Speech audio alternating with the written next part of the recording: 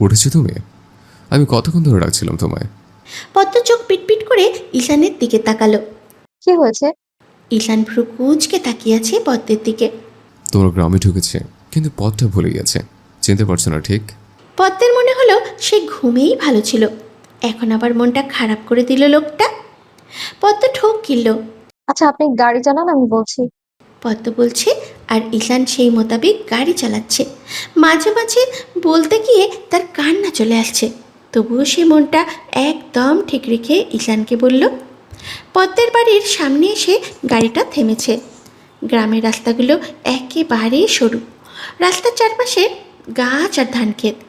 ঈশান গাড়ি চালানো পাশাপাশি চারপাশেও একটু দেখে নিয়েছিল। যখন প্রথমে এসেছিল তখন এসব কিছুই খেয়াল করেনি। পদ্ম গাড়ি থেকে নামলো আর পুষ্প সেটা দেখে দৌড়ে তার আপুকে গিয়ে জড়িয়ে ধরেছে। মা, আপু এসেছে। রুবিনা খাতুনও আসলো, তার মেয়েকে একেবারে বুকের সাথে মিশিয়ে রাখলো। পদ্মের মাথায় কয়েকটা চুমু দিল রুবিনা খাতুন। পদ্মও একদম তার মাকে জড়িয়ে ধরে আছে পাখির ছানার মতো। ঈশানের সাথে কিছুক্ষণ কথা বলল রুবিনা খাতুন, কিন্তু পুষ্প কোনো রকম কথা বলল না। ঈশান একবার ভুলবশত তাকিয়েছিল, কিন্তু মেয়ে তাকে দেখে মুখটা ভেঙিয়ে দিল। ঈশান একেবারে হকচকিয়ে গেল। বুঝেছে এর রাগ এখনও কমেনি। ঈশান শান্ত কণ্ঠে রুবিনা খাতুনকে বলল, তাহলে মা, আমি এখন আসি। রুবিনা খাতুন অবাক হয়ে গেল। আসি মানেটা কি? এখনই চলে যাবে নাকি? নতুন জামাই প্রথম বাড়িতে এসেছে মাত্র, এখনই যাওয়ার কথা বলছে? কি বলছো বাবা, এখন চলে যাবে মানে? ঈশান সৌজন্যবোধক হাসল। শেষের কথা বলার সময় ঈশান পদ্মের দিকে তাকালো। মেয়েটার চোখ যে পানিতে টলমল করছে তা বোঝাই যাচ্ছে। ঈশানের কথা কোনো মতেই রুবিনা খাতুন রাজি নন। অন্তত আজ রাতটা থাকতেই হবে। ঈশান বলছে সম্ভব না, তাও তিনি জোর করছেন। ঈশান অনুরোধের সুরে বলল, আজ না মা, আমি তো আসবোই আবার। পরের দিন না হয় থাকা যাবে, এখন আমাকে আসতে হবে। দুপুরের খাবারটাও কি খেয়ে যেতে পারবে না? রুবিনা খাতুন বলল। ঈশান ভাবল কিছুক্ষণ, তারপরে ভেবে বলল, জি, খেয়ে যাব। রুবিনা খাতুন খুশি হলো, সাথে পদ্ম। পদ্মের তো খুশি শেষ নেই, কিন্তু পুষ্প তৎক্ষণাৎ বলে উঠল, ইহ, এর লোককে আমাদের পাশে খেতে দিব না। ওনাদের পাশে যখন গিয়েছিলাম তখন উনি আমাকে একটু ঘুরতে নেননি, আবার একদিন প্রায় দুপুরের সময় সকালের নাস্তা খেতে দিয়েছিলেন। পুষ্পের কথায় ঈশান লজ্জা পেল।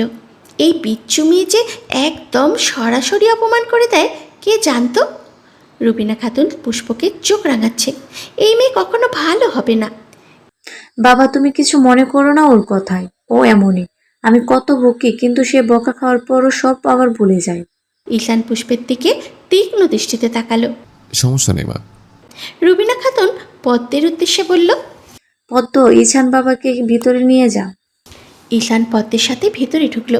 পদ্ম ঈশানকে তার রুমে নিয়ে গেল। পদ্ম রুমে গিয়ে শটান হয়ে শুয়ে পড়েছে। ঈশান পকেটে হাত গুজে পদ্মের সোজাসুজি দাঁড়ালো। এসেছো তো ঘুমিয়ে ঘুমিয়ে। যেখানে আমার ক্লান্ত হয়ে বিছানায় শুয়ে থাকার কথা, সেখানে তুমি কাজটা করছো। পদ্ম অন্যদিকে ফিরে গেল। ঈশান এইটা দেখে পদ্মের পাশাপাশি শুয়ে পড়েছে। চলেই তো যাবো একটু পর, তাও রাগ দেখাচ্ছ? পদ্ম ঈশানের দিকে ফিরল এবার। রাগ করছি না তো, আমার আসলে ভালো লাগছে না। কেন লাগছে না? জানি না। কেন জানো না? উম, আমি চলে গেলে ভালো লাগবে তোমার? পদ্ম ঈশানকে জড়িয়ে ধরেছে। ঈশান হাসছে। মেয়েটা একটু পাগলাটে ধরনের। আপনি চলে গেলে আমার একটুও ভালো লাগবে না ডক্টর সাহেব। ঈশান পদ্মকে কিছু বলতে যাবে, তার আগেই ডাক পড়েছে। পুষ্প দরজার ওপাশ থেকে বলল, তারা যেন তাড়াতাড়ি খেতে আসে। পদ্মের খাওয়ার আগেই শেষ, কিন্তু ঈশানের জন্য বসে রইল। তাদের খাওয়া শেষ করে পদ্ম আর ঈশান রুমে আসলো। ভাবতেই মনটা কেমন যেন করে উঠল, কারণ এই তো এখনই ঈশান চলে যাবে। পদ্ম আর ঈশান পাশাপাশি বসেছে, দুজনেই চুপ করে আছে। ঈশান পদ্মের মাথায় হাত দিয়ে বলল, শোনো, এক্সামগুলো ঠিকঠাক মতো দিবে। আমি হয়তো আসতেও পারি, আবার নাও আসতে পারি। চেষ্টা করবো আসার জন্য। তুমি কিন্তু ভালো করে এক্সাম দেবে। হুম। ঈশান ভেবেছে পদ্ম আর কিছুই বলবে না, তাই সে বলল। তাহলে আসি, হ্যাঁ? ঠিকঠাক মতো চলবে, আমি কল দিব তোমায়। পদ্ম ঈশানের হাত ধরে বলল। এত তাড়া কিসের? আর একটু বসুন না। ঈশান পদ্মকে মোবাইলটা দেখালো, যেখানে বড় করে উল্লেখ করা 5:45 বাজে। দেখো, অলরেডি আমি লেট করে ফেলেছি অনেক, আমাকে তো বাসায় ফিরতে হবে, তাই না? পদ্ম এখন আবার কেঁদে উঠল। আজ থাকলে কি এমন ক্ষতি হতো? ঈশান হেসে পদ্মের গালে হাত বোলাচ্ছে। এই দুদিন তুমি যতবার কেঁদেছ, জীবনও মনে হয় এতবার কাঁদনি। পদ্ম ঈশানকে অবাক করে দিয়ে একটা কাজ করলো। পদ্ম ঈশানের ওষ্ঠে তার ওষ্ঠ ছুঁয়ে দিল। মুহূর্তেই পদ্ম নিজের চোখটা বন্ধ করে ফেলল, কিন্তু ঈশান বেটা তো ছাড়ছে না। পদ্ম অনেক কষ্টে ছাড়িয়ে নিল নিজেকে। ওদিকে মুখ রেখে বলল। আপনি কোনো মেয়ের দিকে তাকাবেন না ডক্টর সাহেব, পদ্মফুল কিন্তু রাগ করবে। এবার আপনি আসতে পারেন। পদ্মের পরীক্ষা শুরু হয়েছে 4 দিন হলো। এর মাঝে 2টো পরীক্ষাও শেষ। খুব মনোযোগ দিয়ে পড়াশোনা করছে, কারণ ঈশান প্রতি রাতে কল দিয়ে হুমকি দেয়, যদি কোনো সাবজেক্টে 80+ নাম্বার ছুটে যায় তাহলে ঈশান তাকে আর বাসায় নেবে না। জানে এগুলো মজা করে বলে, তাও নিজের মান সম্মান শ্বশুরবাড়ির কাছে রাখার জন্য ভালো করে পড়াশোনা করে। একটা মানসম্মত রেজাল্ট করা লাগবে, যে করেই হোক। রোববার গণিত পরীক্ষা, সেই হিসাবে পদ্ম দিন রাত ম্যাথ নিয়েই বসে আছে। এই এক বিষয় যেটাতে পদ্ম খুবই দুর্বল, শত মন দিয়ে চেষ্টা করলেও পারে না। পদ্ম পড়ার টেবিলে বসে আছে, তার মাথা আর কাজ করছে না। এই সাবজেক্টটা নিয়ে আর পারে না। ঈশান কল করেছে। পদ্ম পড়ার টেবিল থেকে উঠে গিয়ে কলটা রিসিভ করলো। ঈশান শান্ত কণ্ঠে বলল। কি করছো পদ্মফুল? পদ্ম চিন্তিত হয়ে বলল। আমার আর ভালো লাগছে না, এত চিন্তা মাথায় নিতে পারছি না আর। পদ্মের কথায় ঈশান ভ্রু কুচকাল। কি এমন হয়েছে যে এমন কথা বলছে? কি হয়েছে বলবে তো? না বললে কিভাবে বুঝবো? আমি অঙ্ক পারছি না, আপনি তো আমাকে বলে দিয়েছেন যে প্রতি বিষয়ে এটির উপরে নাম্বার থাকতে হবে। আচ্ছা আপনিই বলুন, আমি কি এত ভালো শিক্ষার্থী যে আমার এমন রেজাল্ট হবে? সব বিষয় ঠিক আছে, বাট ম্যাথ, এইটাকে একটু ছাড় দিলে হয় না? ঈশান পদ্মের কথা শব্দ ছাড়া হাসল। এই মেয়ে এটার জন্য এত টেনশন করছিল, হাস্যকর ব্যাপার। পরক্ষণেই ঈশান গম্ভীর কণ্ঠে বলল। হুম, কোনো ছাড় দেওয়া যাবে না, আমি এত ভালো মানুষ নই ম্যাডাম। পদ্ম রেগে গেল। এই বিষয়ে একটু ছাড় দিলেও পারত। বড্ড বাজে লোক একদম। আপনাকে কে বলেছে আপনি ভালো মানুষ? পচা লোক আপনি, আপনি মোটেও ভালো মানুষ নন। ঈশান এবার শব্দ করে হাসল। ঈশানের হাসির শব্দ শুনে পদ্মের রাগ নিমেষেই চলে গেল। সেও হাসছে। আমার পদ্মফুলের রাগী কথাগুলো এত কেন মজা লাগে বলো তো? পদ্ম কথাটা শোনা মুহূর্তেই চোখটা বন্ধ করে ফেলল। পদ্ম উত্তর দিচ্ছে না দেখে ঈশান বলল। আচ্ছা, তাহলে কলটা রেখে দিই আমি। পদ্ম সাথে সাথে বলল। না না, আচ্ছা আপনি এখন কি করছেন? এক জায়গায় দাঁড়িয়ে আছে, যেখানে একজনের পারমিশন ছাড়া ভিতরে যাব না। পদ্ম কথাটা বুঝলো না ঈশান আসলে কি বলেছে। বুঝিনি, কি বলছেন? ঈশান একটা নিঃশ্বাস ছাড়ল। তোমার আমাকে এখন এই মুহূর্তে দেখতে মন চাচ্ছে? পদ্ম ঠোঁট কামড়ে ভাবলো কি বলবে। দেখতে মন চাইলে আপনি কি আসবেন নাকি? আর এখন তো আসাও সম্ভব না, কত দূরের পথ। আমি বলেছি তোমার এখন আমাকে দেখতে মন চাচ্ছে কিনা, আর তুমি কি বলছো আসবেন নাকি কত দূরের পথ? আমি যেটা জিজ্ঞেস করেছি সেটা বলো, অতিরিক্ত কথা বলা পছন্দ না। পদ্মের তো মনে মনে ঠিকই যাচ্ছে, কিন্তু ঈশানকে কথাটা বলবে কিভাবে? পদ্ম কথা বলছে না দেখে ঈশান ধমক দিল। কথা বন্ধ কেন? দুবার জিজ্ঞেস করেছে, আমার কথা কি গায়ে লাগছে না তোমার? পদ্ম আমতা আমতা করে বলল। ভীষণ মন যাচ্ছে। ঈশান হাসল। তাহলে দরজা খোলো। পদ্ম অবাক হয়ে গিয়েছে। দরজা খুলবে কেন? দরজা কেন খুলবো? এখন রাত প্রায় 12টা বাজে, ভয় লাগবে তো আমার। ঈশান বিরক্ত হলো। এ কি আসলেই কিছু বুঝতে পারছে না? কলটা কেটো না, যাও দরজা খোলো, একটা সারপ্রাইজ ওয়েট করছে তোমার জন্য। পদ্ম কিছু বলল না। ঈশানের কথা মতো কলটাও কাটলো না। আস্তে আস্তে গিয়ে দরজা খুলছে, যদিও ভয়ে কাজ করছে, কারণ এত রাতে দরজা খুলবে। কাউকে ভয় না পেলেও ভূতকে তো ভয় পায়। তাই হঠাৎ দরজা খুলতেই সামনে এসে পড়ে। ঠিক এই কথাগুলো মনে করে পদ্মের পা চলছে আবার চলছে না। পদ্ম আল্লাহ আল্লাহ করতে করতে গিয়ে দরজা খুলছে। পদ্ম দরজা খুলে 440 ভোল্টেজের একটা শক খেলো। এ দেখে ঈশান দাঁত দেখিয়ে হেসে দাঁড়িয়ে আছে। পদ্ম অবাক হয়ে পিছনে ফিরল, ভেবেছে এটা মিথ্যে, আবার ঈশানের দিকে ফিরল, না এটা তো স্বপ্ন নয়। তাড়াতাড়ি নিজের হাতে একটা চিমটি কাটল, না এটা স্বপ্ন, আসলে ঈশান দাঁড়িয়ে আছে। পদ্মের রিয়াকশন দেখে ঈশান হাসছে, নিশ্চয়ই সে খুব বড় অবাক হয়েছে। ঈশান হেসে পদ্মকে জড়িয়ে ধরল, পদ্মের মাথায় হাত বুলিয়ে বলল, পদ্ম, আমি ঈশান। এত অবাক করার কিছু নেই। পদ্ম অবাক হয়ে তার কথা বন্ধ হয়ে গিয়েছে। সত্যি এটা আপনি তো? ঈশান হেসে দিল, হ্যাঁ, এটা আমি। অবিশ্বাস্য, কিন্তু আপনি এখন এইখানে কেন? ঈশান ভ্রু কুচকালো, পদ্মকে ছেড়ে দিল। ওকে, তাহলে আমি চলে যাচ্ছি। পদ্মের চোখ বড় হয়ে গেল। না না, যাবেন না। তাহলে এখন কি করব? পদ্ম ঈশানের হাত ধরল। ভেতরে আসুন। ঈশান পদ্মকে বলল দাঁড়াতে, সে নাকি গাড়ির চাবি রেখে আসছে। ঈশান চাবি নিয়ে এসছে, সাথে আরও কিছু ব্যাগও। পদ্ম ব্যাগগুলোর দিকে তাকালো। এগুলো কি? আচ্ছা, ঈশান ব্যাগগুলো রাখলো ভিতরে এনে। তোমার যে ডেঞ্জারাস বোন আছে, বাবারে, সে জানে কখন আবার কি বলে অপমান করে ফেলে। তার কথাগুলো খুবই জঘন্য। দুলাভাই হিসেবে একদিনও ভালো কথা বলেনি, এমনি দেখা হলে অপমান করে। এখন যদি জানে এই খালি হাতে শ্বশুরবাড়িতে এসেছে, আমার ইজ্জত পানি পানি করে দেবে। পদ্ম হেসে দিল ঈশানের কথা শুনে। এই দুই মানুষের কখনো মিল হয়নি, ভবিষ্যতে হবে কিনা সন্দেহ আছে। এগুলো এখানে থাকুক, আপনি ভেতরে যান, আমি আসছি। কোথায় যাবে? শোনো, কাউকে এখন বলার দরকার নেই, সবাই ঘুমে আছে। যদি বলেছ তো তাহলে আমি চলে যাব, কিন্তু আচ্ছা বলবো না, কিন্তু আপনি কি কিছু খাবেন না? আমি খেয়ে এসেছি, রুমে চলো এখন। পদ্ম ঈশানের সাথে রুমে আসলো। ঈশান ওয়াশরুমে গেল ফ্রেশ হতে। এই ফাঁকে পদ্ম ঈশানের জন্য এক কাপ চা বানিয়ে নিয়ে আসলো, বলেছে খেয়ে আসছে, তাই বলে এখন কি তাকে কিছু খেতে দেবে না নাকি? এই জন্য চা বানিয়ে আনলো। পদ্ম চা তো বেশি পছন্দ করে না, তাই আর নিজের জন্য বানালো না। ঈশান শার্ট চেঞ্জ করে এখন টি শার্ট পরেছে, দেখে মনে হচ্ছে গোসল করেছে, কারণ চুল থেকে বিন্দু বিন্দু পানি গড়িয়ে পড়ছে। আপনি গোসল করেছেন? ঈশান মাথা নাড়ল, পদ্ম ঈশানের সামনে গিয়ে দাঁড়ালো। চা বানিয়েছ কেন? আপনাকে কি না খাইয়ে রাখবো নাকি? চা খেলে আমার পেট ভরবে বলে তোমার মনে হয়? পদ্ম অসহায় দৃষ্টিতে তাকালো ঈশানের দিকে। আপনি না খেয়ে এসেছেন? ঈশান পদ্মের অধরে হাত রাখলো। আমার মন তো অন্য কিছু খেতে মন চাচ্ছে। পদ্ম সরে আসলো ঈশানের থেকে। দেখুন, এখন এসব ভালো লাগছে না, আপনি চা খান। ঈশান চাটা মুখে দিয়ে চেহারাটা বিকৃত করে ফেলল। পদ্ম ভরকে গেল, চা মনে হয় ভালো হয়নি।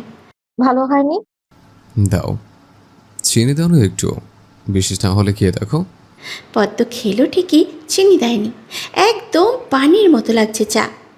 পদ্ম ঈশানের হাত থেকে চায়ের কাপটা নিয়ে নিল। থাক, আপনারা চা খেতে হবে না, আপনি ঘুমিয়ে পড়ুন, জার্নি করে এসেছেন তো। ঈশান তার হাত দিয়ে সামনের চুলগুলো পিছনে নিল। তোমার না ম্যাথে প্রবলেম? হুম। চলো দেখি কোথায় প্রবলেম। এখন অঙ্ক করব না।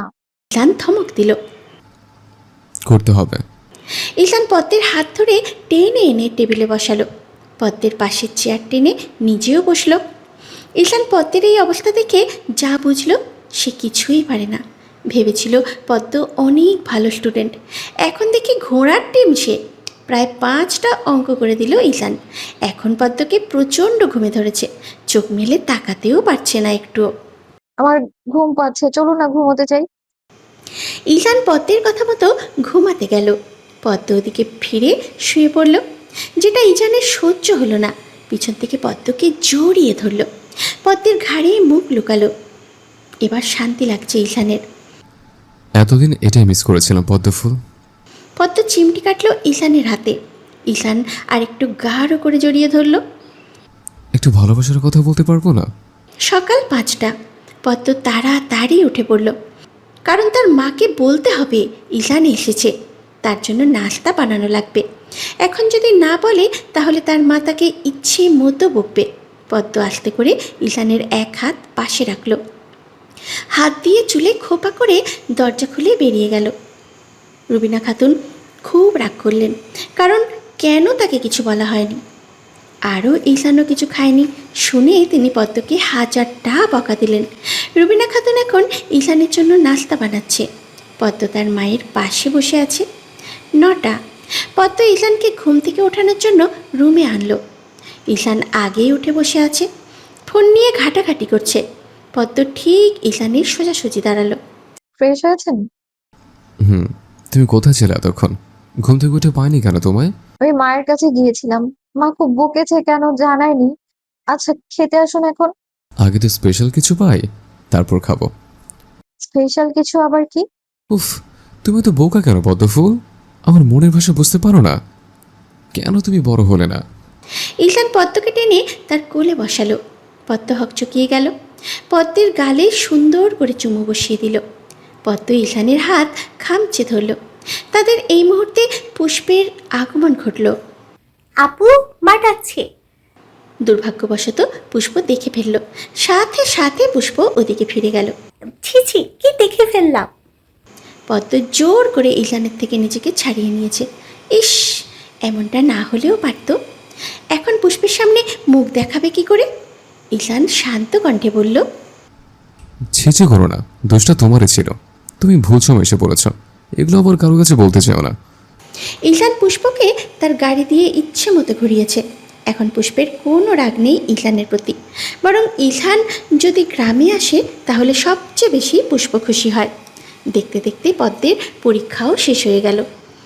আজ সে আবারও ঢাকা শহরে দ্বিতীয়বারের মতো পা রাখবে। এ যেন এক অদ্ভুত অনুভূতি। প্রথমবার যেমন লেগেছিল, এইবারও ঠিক ওরকমই লাগছে। পদ্ম তার ব্যাগ গোছাচ্ছে আর মুচকি মুচকি হাসছে। পদ্মের হাসি দেখে পুষ্পের রাগ হলো ভীষণ। পদ্ম চলে যাবে দেখে সে মন খারাপ করে বসে আছে, আর এইদিকে পদ্ম হেসেই যাচ্ছে। এক প্রকার রাগ হয়ে পুষ্প পদ্মের সাথে কথা বলছে না। রুবিনা খাতুনেরও মনটা খারাপ হয়ে আছে। তার মেয়ে এত দিন ছিল, আজ চলে যাবে। পদ্ম এবারও গ্রাম থেকে আসার সময় কান্না করেছে, যেটা দেখে ঈশান খুব বিরক্ত হয়েছে।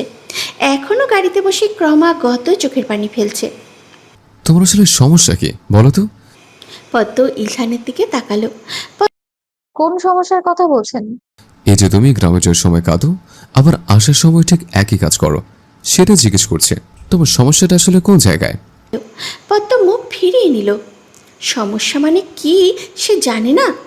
গ্রাম থেকে চলে আসার পর যে তার কষ্ট হচ্ছে, সব সময় উল্টোপাল্টা কথা শুধু। কথা বলছো না কেন? কি বলবো আমি? যদি বলতেই না পারো তাহলে কাঁদবে না। মেয়ে মানুষ যে এত কাঁদতে পারে তোমাকে না দেখলে জানতামই না। যদি আরেকবার কাঁদো তাহলে তোমাকে এখানে রেখে আমি চলে যাব। পদ্ম কিচ্ছু বলল না, মাথাটা হেলিয়ে দিল সিটে। চোখ জ্বলছে, একটু ঘুমালে ভালো হতো। পদ্ম ঘুমিয়ে গেল। অনেকক্ষণ পদ্মের পাশ থেকে কোনো সারা শব্দ আসছে না বলে ঈশান পদ্মের দিকে তাকালো। পদ্ম ঘুমাচ্ছে দেখে ঈশান মনে মনে বলল, সারা দিন কাঁদবে আর ঘুমাবে, এই তার কাজ। ঈশান পদ্মকে নিয়ে শেখ ভিলায় আসলো, কিন্তু এখানে আজ থাকবে না। হঠাৎ ঈশানের মন চাচ্ছিল তার মা বাবার সাথে পদ্মের দেখা করানোর দরকার আছে। তার উপরে ইলনিয়া বলেছিল পদ্মের পরীক্ষা শেষ হলে পদ্মকে নিয়ে সর্বপ্রথম যেন এখানেই আসে। পদ্ম ঈশানের আগে তড়ি ঘড়ি করে বাসার কলিং চাপ দিল। ইলনিয়া দরজা খুলল। পদ্মকে দেখে সুন্দর করে হাসি দিল। কেমন আছো ভাবি? ভালো আছি আপু, তুমি কেমন আছো? আমিও ভালো আছি। তাদের দুজনের আলাপে ঈশান আসলো। তার মেজাজটা চটে গিয়েছে। দরজার সামনে দাঁড়িয়ে আবার কিসের কথা? ভেতরে গিয়েও তো বলতে পারে। এসডিও সর সামনে থেকে। তুই যেভাবে দাঁড়িয়েছিস মনে হচ্ছে আমাদের ভিতরে ঢুকতেই দিবি না। আর এখানে দাঁড়িয়ে কিসের কথা? ইলনিয়া সরে আসলো। ঈশান দ্রুত পায়ে উপরে উঠে নিজের রুমে চলে গেল। পদ্ম ইলনিয়ার সাথে কথা বলতে মুনিরা শেখের কাছে যাচ্ছে। মুনিরা শেখ পদ্মকে জড়িয়ে ধরল। কেমন আছো পদ্ম? ভালো আছি মা, আপনি কেমন আছেন? বাসায় কি বাবা নেই? মুনিরা শেখ হাসলো। আমিও ভালো আছি। না, সে কি আর বাসায় থাকে বলো। আচ্ছা, তুমি এত দূর থেকে এসেছো, ফ্রেশ হতে যাও, পরে না হয় কথা বলা যাবে। পদ্ম রুমে আসলো। ঈশান রেডি হচ্ছে, হয়তো কোথাও যাবে। কোথাও যাচ্ছেন? একটু বাইরে যাচ্ছে। কেন? সেটা আপাতত আপনার না জানলে চলবে ম্যাডাম, আগে ফ্রেশ হন। পদ্ম ফ্রেশ হতে চলে গেল। এই লোকের সাথে কথা বলাটাই বেকার। আসল কথা তো বলবে না, জানা আছে পদ্মের। পদ্ম এসে দেখে ঈশান এখনও বসে আছে। জাননি এখনো? ঈশান পদ্মের দিকে তাকালো। যাব, তুমি আসার জন্য ওয়েট করছিলাম। ঈশান উঠে পদ্মের ভিজে চুলে হাত রাখলো। আসছি আমি, তুমি সাবধানে থেকো। পদ্ম মাথা নাড়ল। ঈশান চলে গিয়েছে। পদ্ম ইলনিয়ার রুমে আসলো, কারণ একা একা রুমে ভালো লাগছে না। একা কি থাকা যায় নাকি? পদ্ম ইলনিয়ার রুমের সামনে দাঁড়ালো। আপু আসবো? ইলনিয়া এতক্ষণ বই পড়ছিল। পদ্মেরটাকে মাথা তুলে তাকালো। ওহ ভাবি, তুমি? জি আপু। আরে আসো আসো, বাইরে দাঁড়িয়ে আছো কেন? পদ্ম ইলনিয়ার সোজাসুজি বসলো। বই পড়ছিলে আপু? ইলনিয়া হেসে উত্তর দিল। নিজের মেন সাবজেক্টগুলো পড়ে শেষ করতে পারি না, কিন্তু এই উপন্যাসের বই ছাড়াও আবার থাকতে পারি না, অভ্যাস হয়ে গিয়েছে। আপু তুমি না মেডিকেলে পড়ছো, তুমিও কি তার মতো ডক্টর হবে? হুম ভাইয়ের বোন যদি ভাইয়ের মতো না হই তাহলে তো আর মান সম্মান থাকবে না। তবে ভাইয়ার মতো এত ভালো স্টুডেন্ট না, আবার খারাপও না। ও আচ্ছা আপু, উনি কি অনেক ভালো স্টুডেন্ট ছিলেন? হ্যাঁ, ভাইয়া তো মেডিসিন স্পেশালিস্ট। যারা মেডিসিন স্পেশালিস্ট তারা সব রোগের ওষুধ দিতে পারে। আচ্ছা, যারা এমনি ডক্টর তারা কি সব রোগের ওষুধ দিতে পারে না? যে যেটা নিয়ে পড়াশোনা করে, মানে যার এসসিপিএস যেটা, সে সে বিষয়েরই ডক্টর, বুঝেছো? ও, তাহলে ইজান ভাইয়া তো অনেক ভালো স্টুডেন্ট। তুমি তো তাও মেডিকেলে পড়ছো, আমি তো সেটাও পারবো না, মাথায় কিচ্ছু নেই তো। ইলনিয়া হাসছে পদ্মের কথা শুনে। তুমিও তাহলে ভাইয়াকে ভাইয়া ডাকা শুরু করেছো? পদ্ম মুচকি মুচকি হাসছে। ঈশানকে একবার ভাইয়া বললে কি যে শাস্তি লাগতো তার! ইস, একদিন সে ভাইয়া বলেই ছাড়বে। আচ্ছা, পদ্ম যখন ভাইয়া বলবে তখন ঈশানের চেহারাটা ঠিক কেমন দেখতে হবে? নিশ্চয়ই ঈশান রেগে যাবে পদ্মের কথায়। ঈশানকে রাগানোর একমাত্র উপায় পেয়ে গিয়েছে। অনেকক্ষণ ইলনিয়া আর পদ্ম কথা বলল। একসময় পদ্মের ঘুম চলে এসেছে। পদ্ম ইলনিয়ার রুমেই ঘুমিয়ে গেল। পদ্মের ঘুম ভাঙল যখন একটু আধটু সন্ধ্যা হয়ে এসেছে। তখন বাসায় অনেক মানুষের আওয়াজ শোনা যাচ্ছে। পদ্ম তড়ি ঘড়ি করে ঘুম থেকে উঠল। ইলনিয়া নেই রুমে। ইলনিয়ার রুমের পাশ দিয়ে একটা বাচ্চা ছেলে দৌড় দিয়ে যাচ্ছে। পদ্ম চোখ বড় বড় করে তাকিয়ে আছে। এই ছেলে আবার কোথা থেকে এসেছে? কখনো এই বাসায় দেখেনি এই বাচ্চাকে। পদ্ম হড়ভড় করে উঠে ছেলেটাকে ধরল। তুমি কে? এখানে এসেছো কি করে? বাচ্চাটা ভয় পেল পদ্মকে দেখে। পদ্ম আরও বাচ্চাটার হাত চেপে ধরে বলল, আগে বলো এখানে কিভাবে এসেছো, কার সাথে এসেছো? তোমাকে আগে দেখিনি কেন আমি? বাচ্চাটা পদ্মের হাতে খুব জোরে কামড় বসালো। পদ্ম মুখ খিচে আছে। ছোট্ট হলে কি হবে, দাঁতের যা পাওয়ার! পদ্মের হাতে একদম দাঁত বসে গেল। পদ্ম যেহেতু ফর্সা বেশি, তাই সাথে সাথে জায়গাটা লাল হয়ে গেল।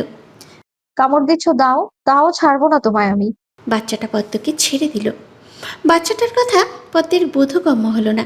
কি যে বলছে এই ছেলে! এ দেখে কথাও বলতে পারে না। আমাল সামাল কি বলছে!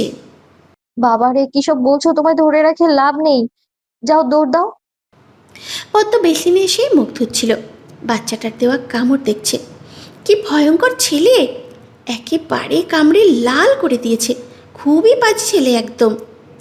পদ্ম রুম থেকে বের হয়ে সে রীতিমতো অবাক হয়ে আছে। সোফায় কিছু মহিলা বসে আছে। পদ্ম এখনও বুঝল না এরা কিভাবে এসেছে, আর এখানেই বা কেন এসেছে। পদ্ম রান্নাঘরে এলো। মনিরা শেখ রান্না করছেন। তার পাশে দুইজন মহিলা দাঁড়িয়ে আছে। পদ্ম মনিরা শেখের কাছে একদম ঘেঁষে দাঁড়ালো। মনিরা শেখ পদ্মের দিকে তাকালো। পদ্মের হাত ধরে নিয়ে তার পাশে দাঁড় করালো। এই যে পদ্ম, ইজানের বউ। ও এতক্ষণ ঘুমিয়েছিল, তাই তোমরা দেখতে পাওনি। পদ্ম, ওনারা আমাদের খুব ঘনিষ্ঠ মানুষ হয়। একজন তোমার খালা শাশুড়ি, আর একজন মামি শাশুড়ি। পদ্ম হেসে তাদের সালাম দিল। তাদের সাথে কথা বলল। মনিরা শেখ একজনকে বলল, তুমি একটু এদিকে দেখো, আমি পদ্মকে নিয়ে রুমে যাচ্ছি। অতঃপর মনিরা শেখ পদ্মকে নিয়ে তার রুমে আসলো। একটা সুন্দর কালো কাতান শাড়ি বের করে দিল পদ্মকে। এটা পরে নিও, বুঝছো? অনেক মানুষ আসছে, আরও আসবে, তাড়াতাড়ি পরে নিচে এসো। পদ্ম শাড়িটার দিকে তাকালো। কেন শাড়ি পরবে? মা শাড়ি পরবো কেন? আজ ইজহানের জন্মদিন। পরশুদিন রাতে ইজহান শাড়িটা আমার কাছে এনে দিয়েছে আর বলেছে ওর জন্মদিনের দিন যেন তুমি এটা পরো। পদ্ম অবাক হয়ে গিয়েছে। আজ ইলহানের জন্মদিন, অথচ ইলহান একবারও তাকে বলেনি। এতটাই পর ভাবে ইলহান। তার প্রতি প্রচুর অভিমান জন্মালো পদ্মের ক্ষুদ্র মনে। ওনার জন্মদিন? হ্যাঁ, আচ্ছা তুমি শাড়ি পরে রেডি হয়ে নিচে এসো।